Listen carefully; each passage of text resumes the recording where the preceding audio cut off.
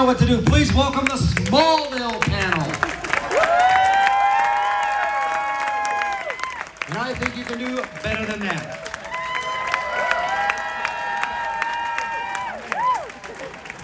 Oh, we're doing the fist bump line. Awesome.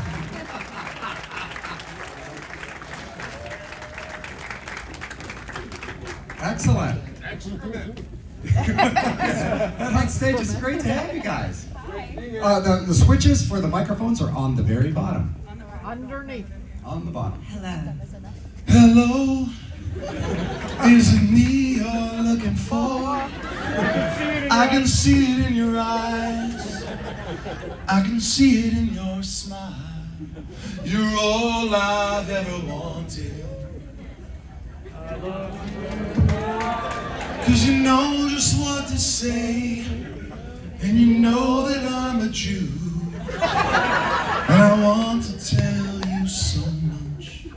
I love you. Thank you. Awesome. Bravo.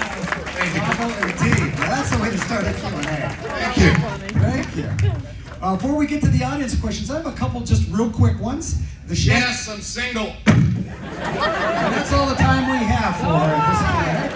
Thank you guys for coming out. The show went for 10 seasons. What do you think gave it its longevity? The acting. Go, you answer first.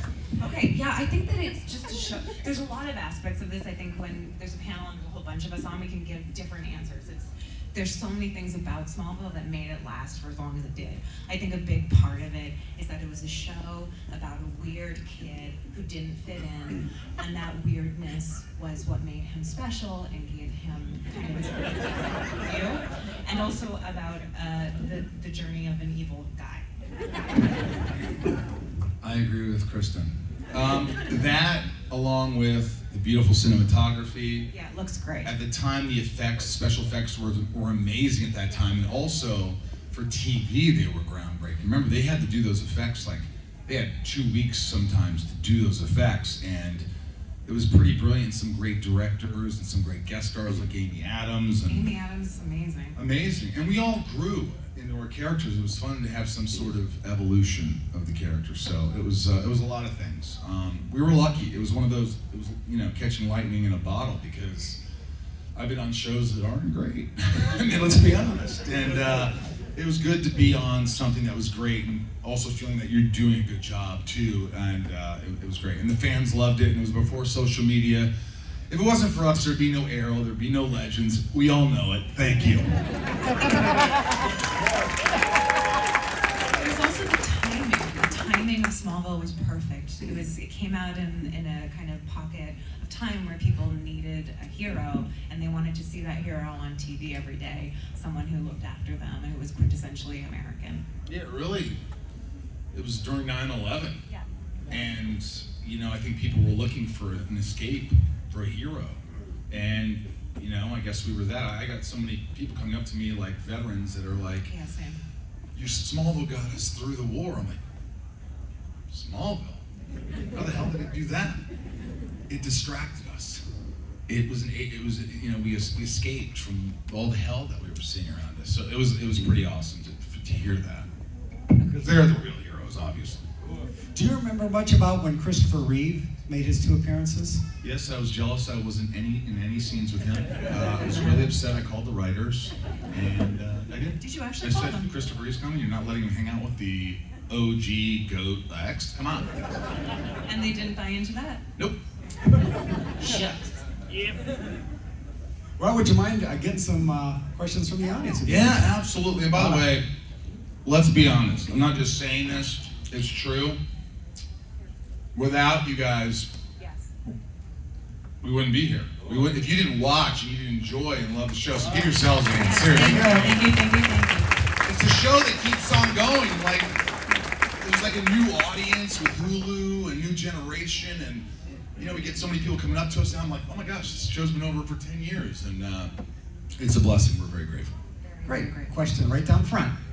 Hi. Did you ever see that little Indian girl on Instagram Live? She's going to school and she's so excited. She's like, bite! Bite! She's so cute. All right.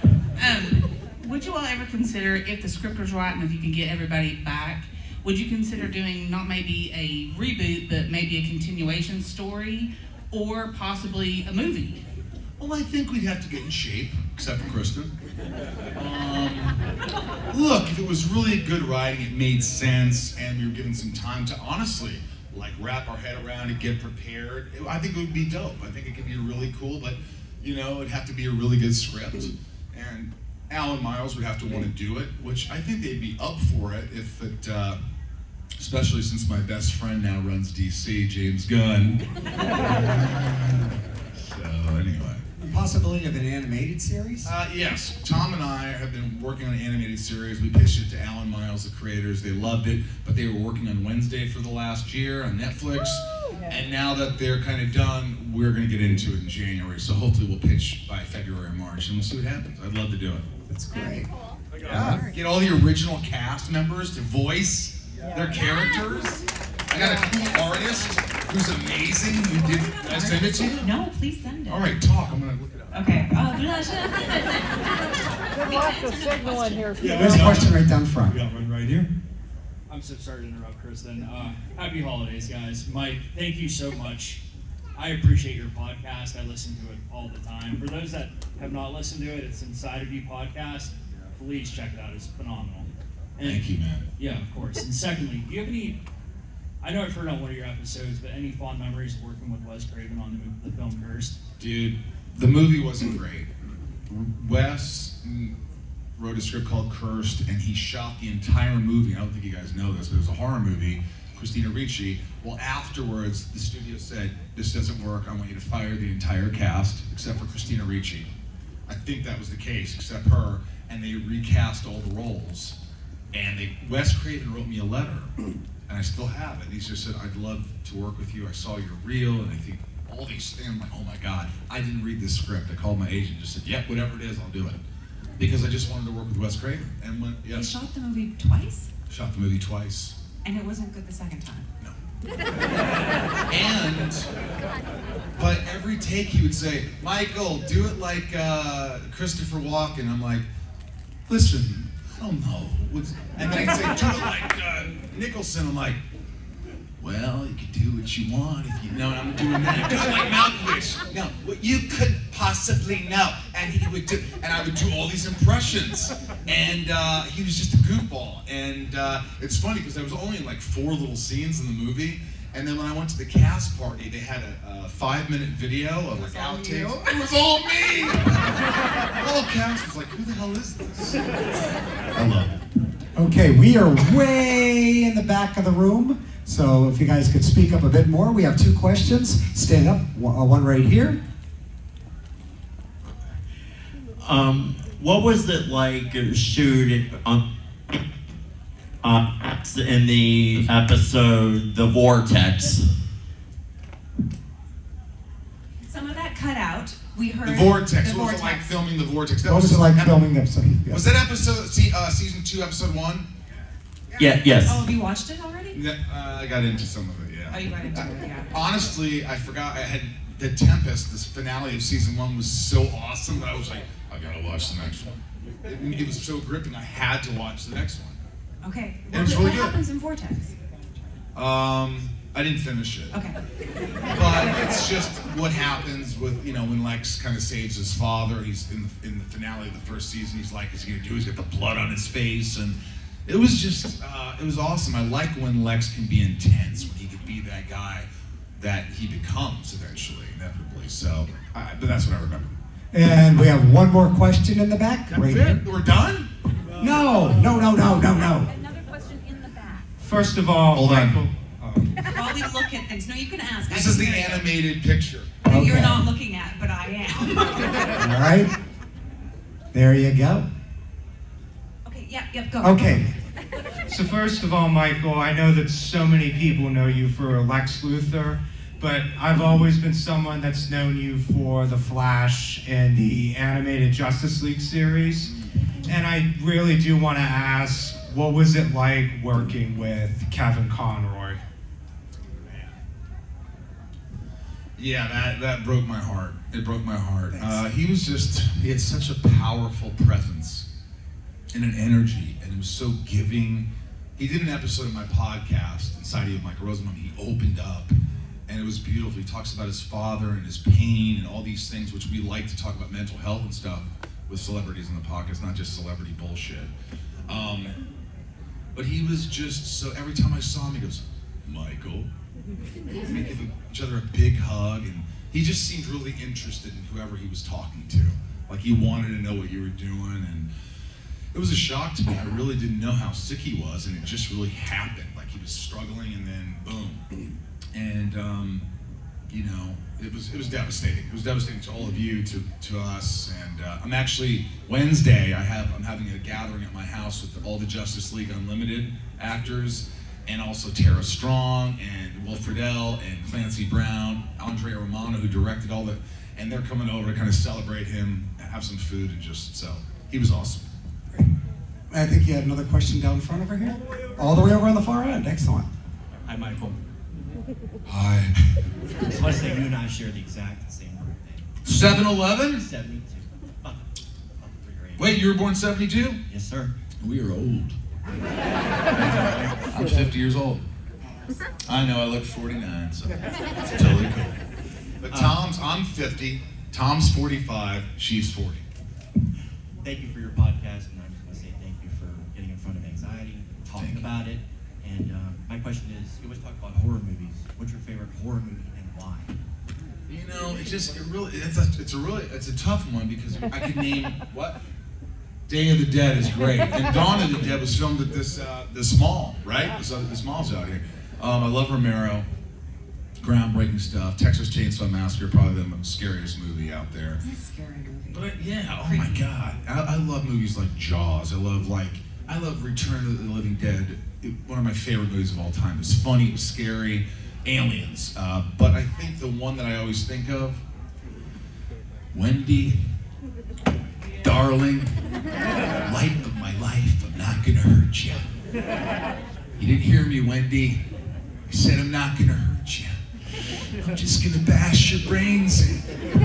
I'm gonna bash them right the fuck in. Anyway, that's The Shining. Shining. Do you remember the scene when Wendy comes up to him and goes, Jack, there's someone in the hotel. Jack, they hurt Danny. And Jack just looks at her and goes, you out of your fucking mind. Just classic, man. Or Grady in the bathroom, remember that? I'm sorry, Mr. Torrance. You are the caretaker. You've always been the caretaker.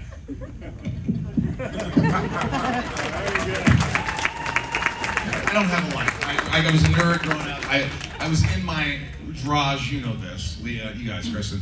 I was always, like on Friday, Saturday nights, I would be in my room and I'd ask my parents if I could borrow their VCR, and I'd go up and I'd attach my VCR to theirs and I would copy horror movies. So I had 3 on each videotape. Little did I know they'd all erase. In the next 10 years, I spent countless hours, The Fog, The Swamp Thing, just recording these movies up in my room watching horror. That's all I had. That was me. And everybody else was drinking and partying, and I was cool. Let's head to this side of the room for a question. Out of all the seasons you guys filmed, what were your favorite episodes, and who were your favorite guest stars to work with? I think the episode Requiem is an excellent episode. It's really sad.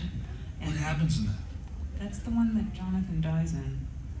Jonathan Kent. Yeah. Oh, that's at the funeral. Yeah, it's a really, really sad episode, but it's really well done. It's well acted. I love that one.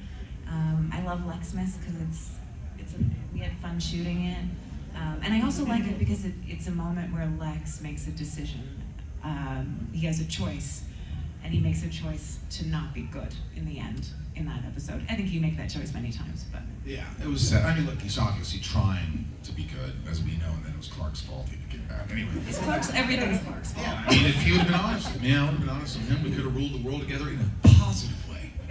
Absolutely, yeah. I think Onyx is one of my favorites because I got to be Bad Lex. You got to see, like, you know, you were right about me all along, Mr. Kent.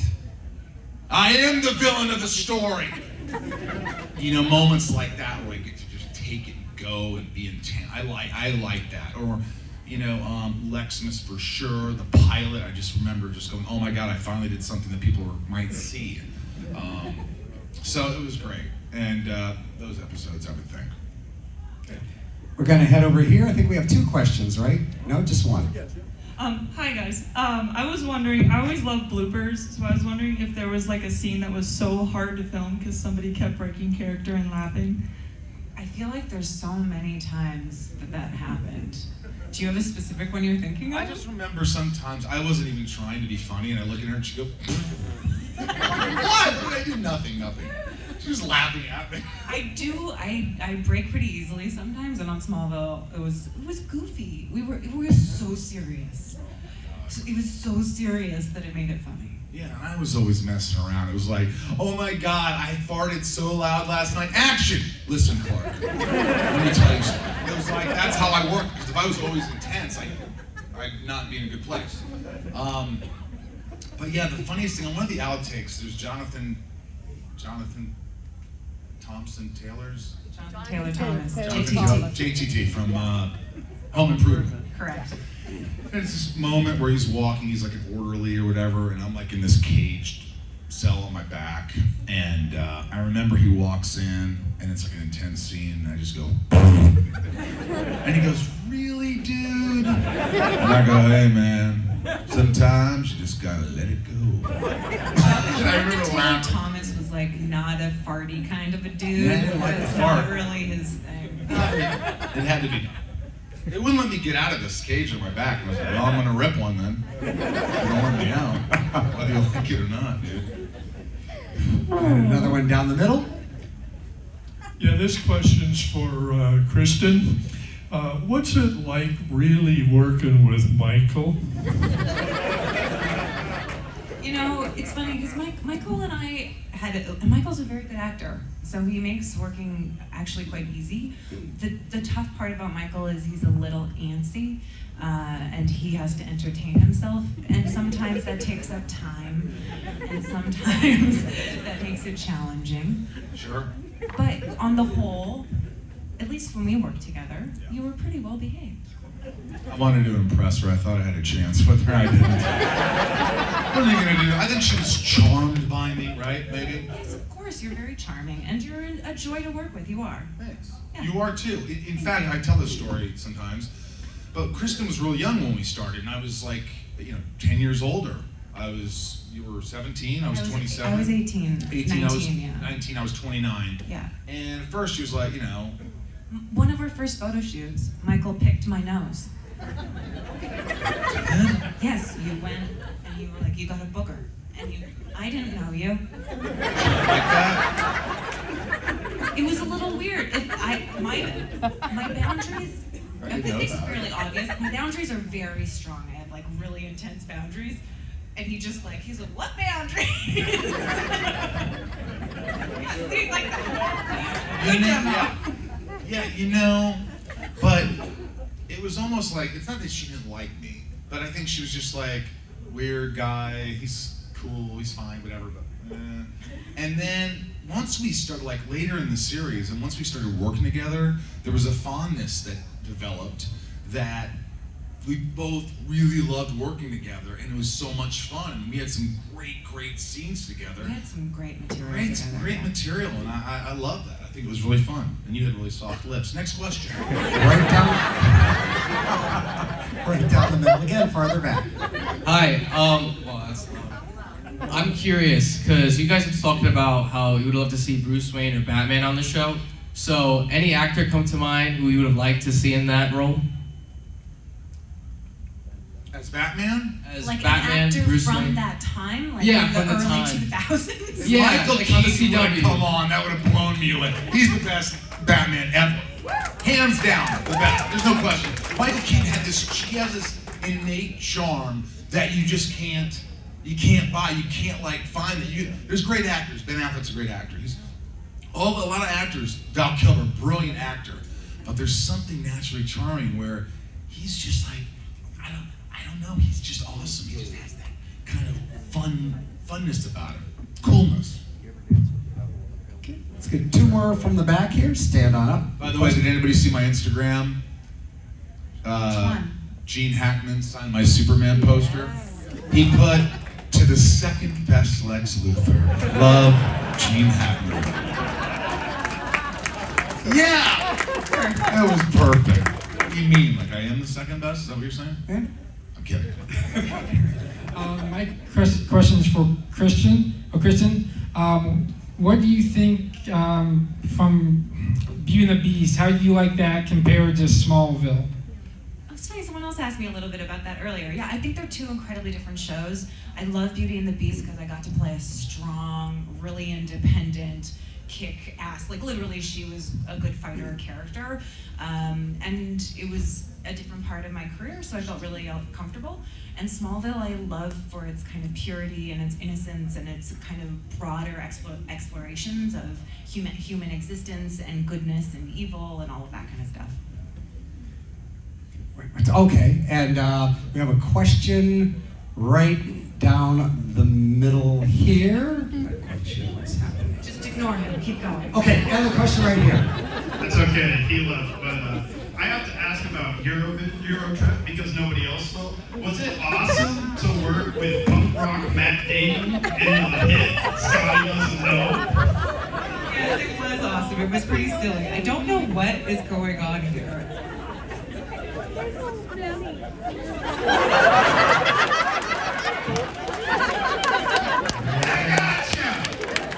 know who these guys on stage anyway. I'll see you in a few minutes. Oh, give it up for her. I noticed when someone's not paying attention. See? That'll keep everyone on their toes. There. To answer your question, it was Nice. really fun. So I don't know how we're going to follow that. Swing over there. Yeah, what are we supposed to do after that? Next question. Put a wait first. Well, he stole my question for Kristin about Scotty Doesn't Know. It's my favorite. But I want to ask you both, during your time on Smallville, how many opportunities did you get for movies and TV projects to kind of, because all kind of scripts would be thrown your way, like, oh, we would love to have you for this. Or perfect. So what projects actually came over, through your agents and stuff? In the early days, there were a lot of projects that came in. I signed on to multiple projects. They fell apart. Like there was just all these things that came and went that we couldn't do. I don't know what it was like for you, but it was. We had a choice, during hiatus. We worked 9 months out of the year, sometimes closer to 10. It was a lot of work. We were tired, and then you had like your hiatus. And do you want to go do a project, or do you want to travel or sleep or whatever? I was bald for 10 months. Yeah, right. So I didn't have a lot of choices, but the ones that came up were like cursed. They'll put a wig on me. Wasn't a great wig. Sorority Boys, which I loved. They put a bad wig on me. Bringing Down the House with Steve Martin. I wanted to work with Steve Martin. Wasn't a great wig. I had a lot of fun doing those movies, and they were fun, but like for the most part, 10 months a year I'm bald, so I'm glad I didn't do too much because, I don't know, it was nice to have a little break. I was so tired, and I wanted some time with my friends and just to decompress. If you choose to do a movie in that downtime, you don't see anybody. Like your life becomes just the work that you do. Like it's such a, I don't know if people realize sometimes how, it takes everything working on a TV show. Sometimes. It's not glamorous. People think it's like, oh, I want to go on set, and I bring my friends, and within 2 hours they're like, you're still on the same scene? I'm like, yeah, we're gonna be on the scene for another 4 hours. Right? It's just like, and they're like, okay, if you're thanks. lucky. If you're lucky, right? Sometimes it's longer, it's a whole day, and stunts, and 14 to 16 hour days or whatever, and you're just like spent. They're like, okay, we'll see you at 7 a.m. tomorrow. 5 o'clock to shave your head. Great. I'll be there. By my own. So yeah. I remember I got an offer to do a movie with Judi Dench. Oh, did you? And yeah, but it kept pushing and pushing, and eventually it didn't get made. I was supposed to do one with Susan Sarandon, and it fell apart because she was too political. Susan. Oh, there's another. Wait, he needs a microphone. No, microphone is what you need. Everybody else needs to hear it. Okay. What's the next big Sonus product that should be coming out? Do they give you like a little teaser about what's coming? What do you mean, for what? The next big Sonus. The Sonus with the headsets, with the speakers, the Sonus system. Sonos. Yeah, Sonos. Yeah. But what's the next big item? Why would Do you they know give that? you teasers? I love Sonos. Well, yeah, he's always promoting it on his podcast. Oh, 'cause all he's the time. promoting Well, it. Sonos was a sponsor, but I've owned Sonos forever. It's like, I just love Sonos. It's you know what Sonos is? It's just you can listen to a different song in every room of your house. You have a party mode. Somebody downstairs could be listening to this. I have it, You yes. have Sonos. It's great. So anyway, I don't know what's coming out, but I'm gonna look now. I forgot about that, guys. Got another one right here. Hello, Santa. How are you today? Great. What's your question? After talking about Gene Hackman, since Martin Talk into the mic, please, sir. since Martin Cove is in the house, have you chatted with any other actors playing villains to just swap stories, get ideas? A villain convention. Wouldn't that be a good idea? Villains, an all-new con. Only the bad guys. That'd be cool. No, I never really talked to anybody. Not true.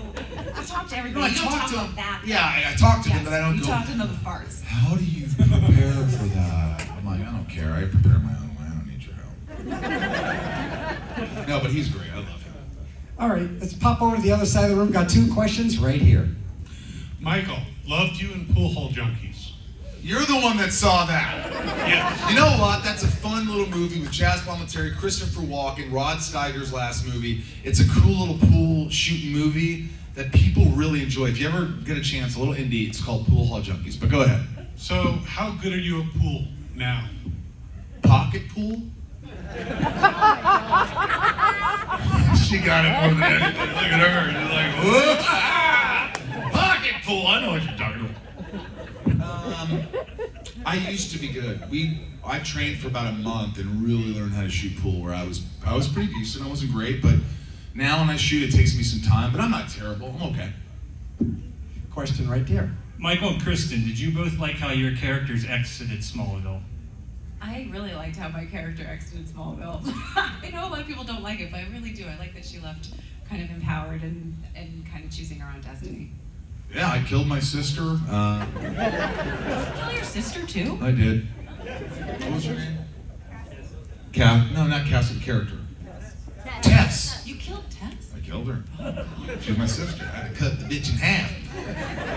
I'm kidding. Did you chop her in half? No, there was a movie called Life with Eddie Murphy and Martin Lawrence. He goes, which one of you killed your sister? She is my half sister, so I had to cut the bitch in half. I'm so sorry. That's the line. Did you like the way your character was?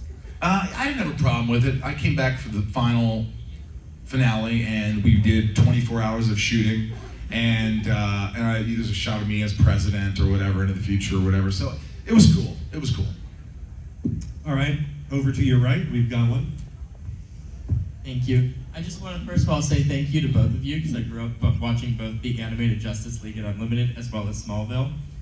Speaking of both of those, Michael, which character did you get the most enjoyment out of acting for, Lex or the Flash? Well, let me give you an example. For Lex, I had to wake up an hour and a half to 2 hours in the morning. I had to shave my head, put tons of makeup on, wait a half an hour at the end of the shoot to get all the makeup off. For Lex, I would just be like, or for Flash, hey, Batman! Michael, could you say it a little bit less excited? Hey, Batman. Good, we got it.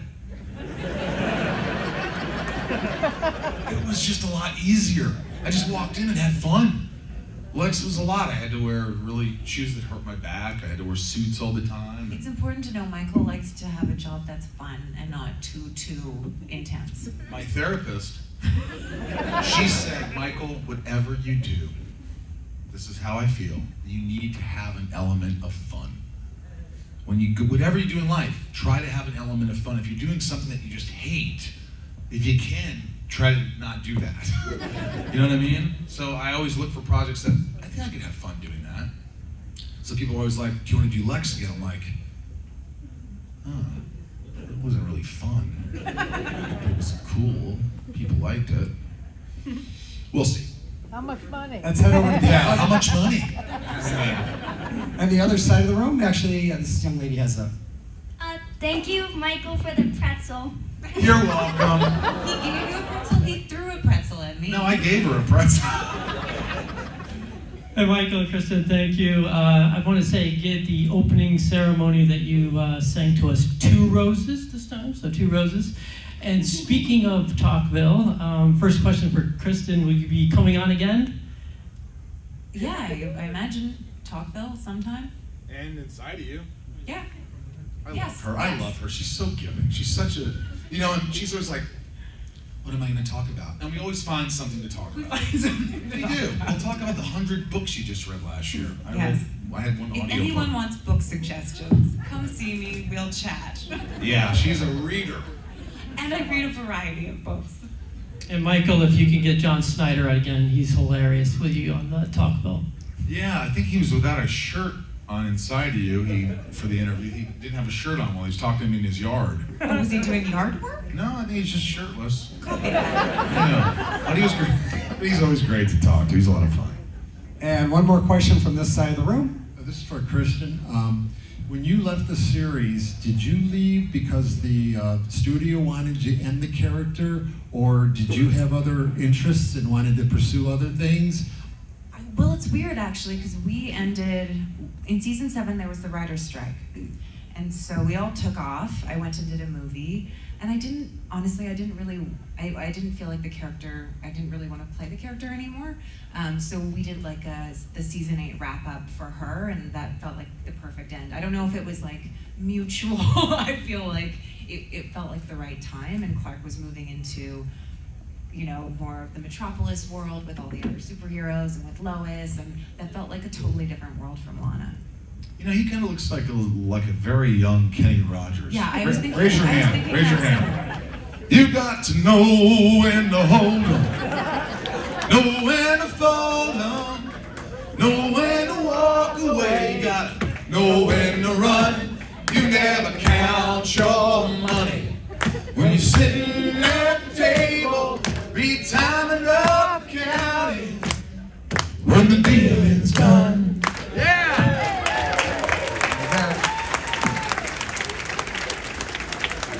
Yep, I think we have a request for Lucille. I don't know the words to that one. Hey guys, quick question. Like, the show was filmed in Vancouver, but it's a very Americana show, obviously taking place in Kansas. So when you guys were, I guess, starting off in the show, what were kind of some traits or characteristics that the directors or producers kind of asked you kind of to take on to be a little bit more authentic? Well, everyone was American except me in the beginning. Was it Eric Johnson? And Eric, yeah. But I think it was more about disguising Vancouver, because Vancouver is so distinctively a coastal mountain city. So it was about not shooting towards the mountains, making sure that we were in the country. I think that was more of it. And then also Lex embodied the city vibes. Yeah. So the suits and the things he hated. All the shoes.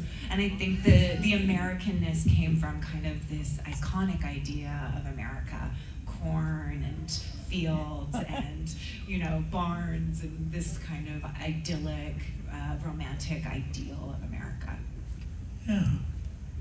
What she said, I like that. Okay, I got time for 3 more questions. Let's take a question. Let's just keep rolling. Well, luckily this is for Kristin. So going into the show. That was close. That was close. Going into the show, like the history of Superman, obviously well known. So, and as Lana Lang versus eventually you're gonna go. So like, how was that as an actress, like knowing eventually one day you're not gonna come back? I never thought about it. It wasn't something that concerned me, that I don't know, maybe I just didn't, it didn't, yeah. I thought that there was a wonderful story to be told with the characters as they were, and I don't know that a person's story ends when a romance with somebody ends, and I think that, we were able to explore continuously, and if there had been like a million more seasons and I had been there, I'm sure the writers would have found ways to move outside of like love triangles and give people their own motivations that were separate from that like primary storyline. You got to know when to hold up. All right, we have question and a medley coming up very soon. All right, so my friend Grace was at the panel in Columbus and was waiting in line to ask a question. What movie is this from? She didn't get to Wait, ask. hang on. What movie is this from? Michael. I'm gonna interrupt you for a second. Grace, what movie is this from? Grace died 30 years ago. Christmas Vacation. Thank you. Go ahead. Okay, so she wanted to know if Lana in high school had to do a book report, what book would she do it on? Oh, I want to answer that question, but I can't answer it quickly. Would she look at it on Instagram if I posted an answer on Instagram? She will, yeah. Okay, I have to think about it. That one's hard because I have to think about Lana. It's complicated. Next question. I will answer. And the last question. Oh, the last question. This is so much fun. All right, we'll do more. All right, great. Is everybody going to come see us at our tables, for God's sakes? Yeah. All right, we'll do Do some more. this. We'll do more questions. Even the one that's not paying attention, the beautiful lady right there. I'm sorry. I'm sorry. It's okay. You're wonderful. You've made the con special for me. Pay attention, for the love of God. Season 6, you guys get married and you have a lot of intimate scenes. How awkward and is that? And do you talk about it beforehand or do you just go to the scene? It was very professional. Always very professional. Very professional. I remember one time, I don't know if you remember this. I went to you before something and I go, hey, look, if I get excited or something, I apologize now. It's just, we don't have a kissing or sex scene today. I go, oh, okay. I don't remember this. Michael always checks if his breath is okay. That's like his primary. Breath is so important to me. respectful Everybody has thing. bad breath every once in a while, but it's usually what you eat. But it's important to have good breath. So when you come up to see us at the table, pop in a mint. I'll like you that much better. Thank you, good. But I thought, look, it was professional, it didn't suck. It is awkward sometimes. Absolutely. But it did, look, it was awesome. Next question. Look at down here. Michael, would you like to tell us about your new CD? Oh, an opportunity to plug Listen, something. I know that you're like, oh, another actor with music, bullshit, it probably sucks, stick to acting. But the last 2 CDs we made are really awesome. They're really good. And they're one's on Spotify now. The band's called Sunspin. Give it a shot. I think you're gonna like it. And you can also get the cool CD and merch at sunspin.com. So thank you. I love it. I really am proud of it. I think there's some really great. I sing all the songs. I wrote all of them. My partner in crime is a genius guitarist. We work very well together, Rob, and I love him. And it makes me happy. We don't make a lot of money off it. It doesn't matter. It's a passion. Yeah, you love And it. It's do fun. something you love. You know what I mean? There you go. That's a good segue. Michael got to talk about his passions. Kristen, since the show, what are things that have been passions of yours that you've been able to pursue after the show Since ended? the show, it's been a million years. I mean, I love lots of things. I love reading. I got my degree. I started working when I was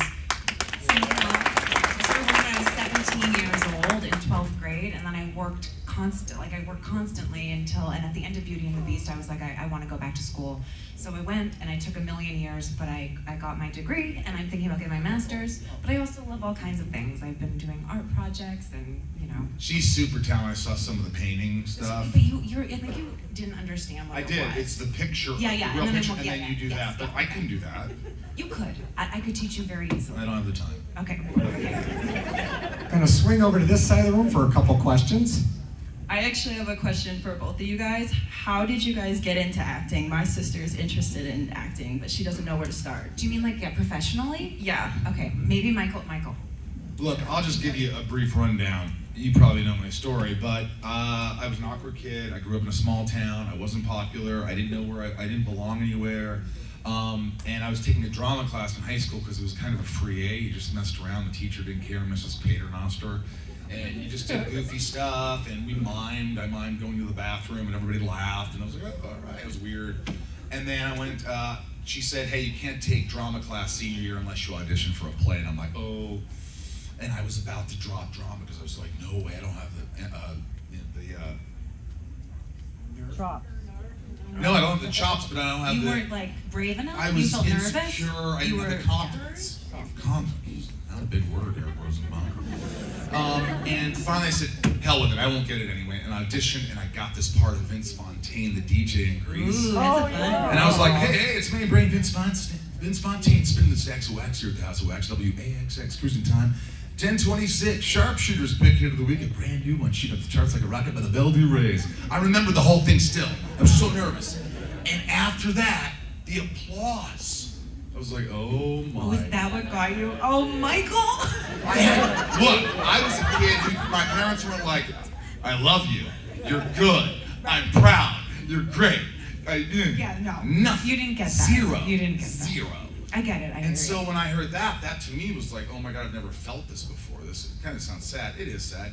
But then I did it, and I noticed something. And I walked down the hallways the next day in school after the play, and some popular kid, captain of the football team, just goes, hey dude, you were really funny in that play last night. And I'm like, so not being me is cool. And from there on out, I went to college, started getting more confidence in tons of plays, and you have to train. That's the key. Yes, train. But I agree with him because I didn't train very much. Training is really, I think, really key, honestly. Because honestly, most of the time, you're not going to get a job unless you're absolutely stunning and breathtaking, and then if you're okay, they'll be like, hire him. But if you're not as good looking, and I was kind of, you know, in the middle there, a little bit on good days, but I honestly, I felt like I had to be good, I had to be great, I had to be the best I could, and they can't turn me down. And I thought that was the best chance I had. So study, take classes, get better, do plays, do short films, do